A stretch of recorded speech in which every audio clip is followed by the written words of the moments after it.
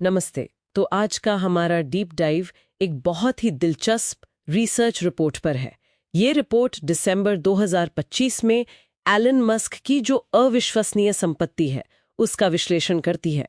और हमारा मिशन सिर्फ ये जानना नहीं है कि उनके पास कितना पैसा है, बल्कि ये समझना है कि ये कैसे ऊर्जा, संचार और अब इंटेलिजेंस पर एक एकाधिकार बनाने की कहानी है। और जो आंकड़े हैं वो वाकई चौंकाने वाले हैं।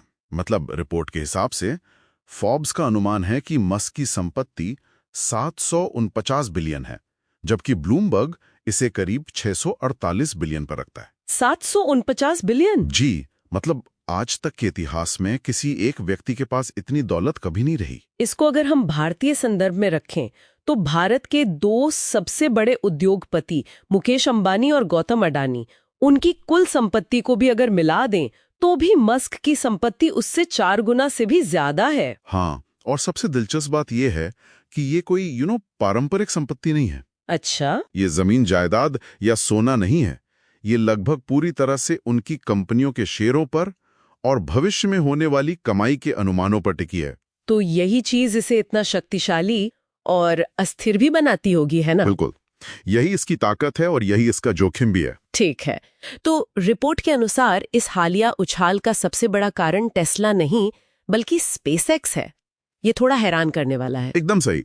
स्पेसएक्स का जो वैल्यूएशन है वो हाल ही में एक सेकेंडरी टेंडर ऑफर के बाद $800 बिलियन तक पहुंच गया है। 800 बिलियन किसी प्राइवेट कंपनी के लिए? जी, ये एक रिकॉर्ड है। एक सेकंड, ये सेकेंडरी टेंडर ऑफर, इसे थोड़ा आसान भाषा में समझाएंगे? इसका सीधा सा मतलब है कि कंपनी के जो मौजूदा निवेशक या कर्मचारी हैं वो अपने शेयर प्राइवेट बाजार में बेच रहे हैं और नए खरीदार इस ऊंची कीमत पर उसे खरीदने को तैयार हैं। अच्छा, तो मतलब कंपनी पब्लिक हुए बिना ही उसकी मार्केट वैल्यू तय हो रही है? बिल्कुल, और इस वैल्यू के पीछे सबसे बड़ी वजह है स्टारलिंक, जिसका रेवेन्यू 2025 में 15 बिलियन तक पहुंचने का अनुमान है।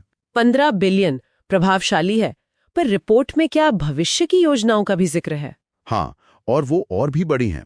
जैसे हार्ट ऑफ द गैलेक्सी नाम की एक पहल का जिक्र है, जिसका मकसद है अंतरिक्ष में एआई डेटा सेंटर बनाना। अंतरिक्ष में डेटा सेंटर? जी, सोचिए, इससे एआई कंप्यूटिंग की दो सबसे बड़ी समस्याएं, बेतहाशा बिजली की खपत और कूलिंग, वो एक झटके में हल हो सकती हैं। वाह, ठीक है।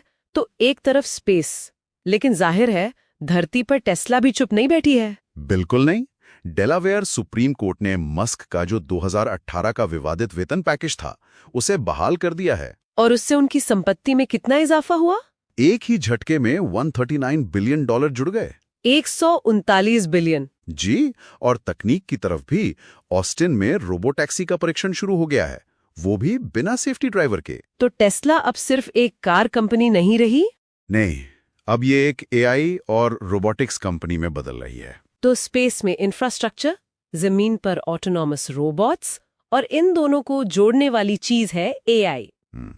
और यहीं पर शायद तीसरा स्तंभ आता है। एकदम, एआई का महाविलय, मतलब एक्स और एक्सएआई का विलय। हाँ, सोशल मीडिया प्लेटफॉर्म एक्स और एआई कंपनी एक्सएआई का विलय कर दिया गया है। और इसका लक्ष्य है एक्स के 600 मिलियन यूजर्स के रियल टाइम डेटा का इस्तेमाल करके एआई मॉडल ग्रोक को ट्रेन करना। तो ये तो एआई के लिए एक तरह का अमृत हो गया। बिल्कुल, जहां दूसरे मॉडल्स को वेब से पुराना डेटा खंगालना पड़ता है, वहीं ग्रोक को हर सेकंड लोगों की ताजा सोच, राय, बातचीत, सबका लाइव डेटा मिल रहा है। ये उसे एक ऐसी बढ़त देता है जिसे दोहराना लगभग नामुमकिन है। तो इन सब का मतलब क्या है? ये 3 अलग-अलग कंपनियां नहीं है, ये एक पूरा इकोसिस्टम है। सही कहा। अंतरिक्ष से ग्लोबल इंटरनेट, जमीन पर ऑटोनोमस ट्रांसपोर्ट और इन सबको चलाने वाला एक एआई दिमाग, जिसे इंसानी बातचीत से लगातार खुराक मिल रही है। तो ये एक बहुत जरूरी सवाल खड़ा करता है। हाँ, रिपोर्ट का अनुमान है कि अगर 2026 में स्पेसएक्स का आईपीओ प्लान के मुताबिक होता है तो एलन मस्क दुनिया के पहले ट्रिलियनियर बन सकते हैं। ट्रिलियनियर? जी, और ये सिर्फ एक व्यक्तिगत उपलब्धि नहीं होगी, ये धन और शक्ति के केंद्रीकरण का एक नया दौर होगा। तो श्रोताओं के लिए सोचने के लिए एक अंतिम विचार छोड़ते हैं। रिपोर्ट एक ऐसी स्थिति की ओर इशारा करती है जहां एक व्यक्ति की संपत्ति और तकनीकी नियंत्रण कई देशों से ज्यादा हो जाता है, और शायद सरकार में भी उनकी कोई भूमिका हो सकती है। ऐसे में एक कॉरपोरेशन और एक राष्ट्र के बीच की रेखा वो कहाँ खींची जानी चाहिए?